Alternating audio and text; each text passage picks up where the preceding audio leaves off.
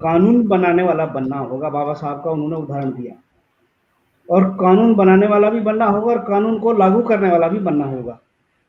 कानून बनाने वाला और कानून को लागू करने वाला, जो राजनीति से संभव संभव है। जैसे बताया गया कि राजनीति में आने के लिए किसी न किसी एक दल की आवश्यकता होगी, आप चर्चा किया इस चीज का। और दल जो है वो कैसा होगा?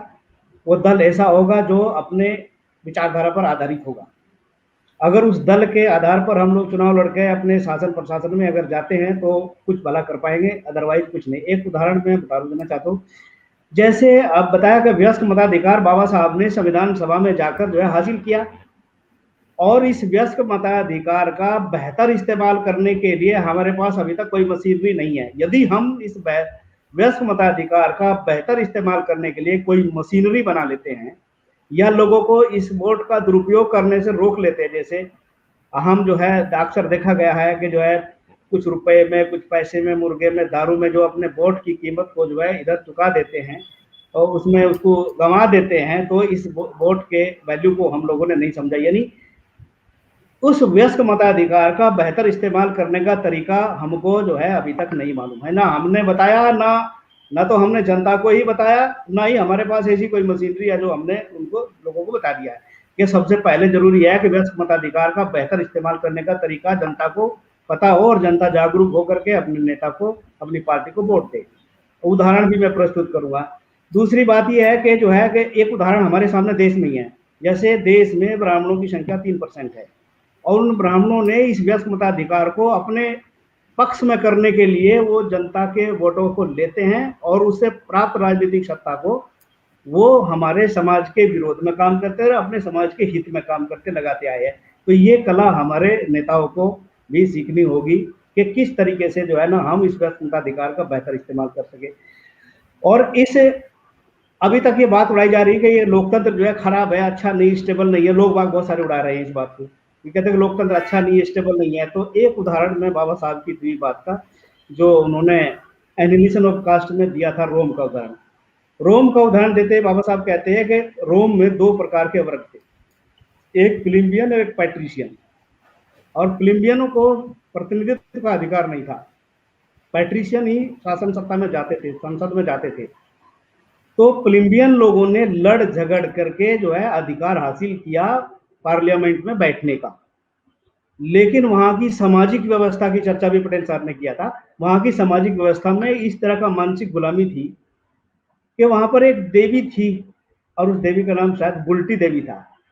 तो जो है यदि उस देवी का देवज्ञ यदि उस सांसद को स्वीकार अगर कर लेगा तो ही वो पार्लियामेंट में जाएगा, वही तब अपनी हक अधिकार की बात करेगा। तो वो देवज्ञ इतना बदमाश था। जब इस प्लिम्बियन लोगों का जो दमदार दबंग कैंडिडेट अगर जीत के जाता था, तो वो देवक उसे स्वीकार नहीं करता था, अस्वीकार कर देता था, कहता था कि ये बुल्टी देवी ने स्वीकार नहीं किया, उस देवी ने स्वीकार नहीं किया, इसलिए संसद में नहीं जा सकता। तो इसी तरह से जो फिर दोबारा से चुनाव होते थे, तो जो रद्दी से रद्दी जो है कैंडिडेट चुन के आता था, यानी जो पैट्रिशियन के हितों का रक्षक होगा और प्लिम्बियन लोगों का विरोधी होगा, अगर वो पार्लियामेंट में जीत के जाता है तो उसे देवक स्वीकार कर लेता था और वो पार्लियामेंट में बैठता था, और बैठ करके उनके बनाए हुए कानून पर, उनके बनाए हुए प्रस्ताव पर वो ताली बजा करके स्वागत करता था, उस विधेयक को जितवा देता था। अब यहाँ बात ये समझने की है कि जो मानसिक गुलामी उस देवज्ञ के चलते वहां रोम में थी, प्लिम्बियन और पैट्रिशियन में, उसी तरह की मानसिक गुलामी हमारे यहाँ पर भी है भारत में। तो कि जो मानसिक गुलामी से ग्रस्त लोग जो समाज की पीड़ा को नहीं जानते, जाते तो चुन करके सांसद विधायक संसद में है ही है, लेकिन जो है वो किसका समर्थन करके जब जाते हैं, आपने सुना होगा पॉलिटिकल रिजर्वेशन से जो हमारा राजनीतिक अधिकार है उससे जो है 131 SC ST के MP जाते हैं, और वो जो है उनके बनाए हुए प्रस्ताव पर जो है वो ताली बजा करके उनका स्वागत करते हैं और अपने विरोध में काम करते हैं।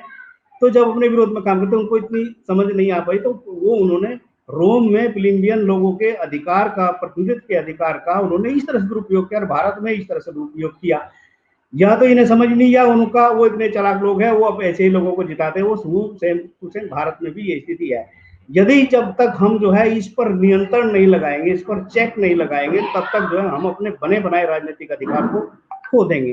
तो उसके लिए जरूरी है कि एक पॉलिटिकल पार्टी हो, और वो पॉलिटिकल पार्टी इस तरह का उसका ढांचा जो है पूरे देश में हो, प्रदेश में हो, जिले में है, गांव में हो, ब्लॉक लेवल पे हो और उसके साथ-साथ बूथ लेवल पर हो और उसके बाद एक पन्ना प्रमुख तक हो।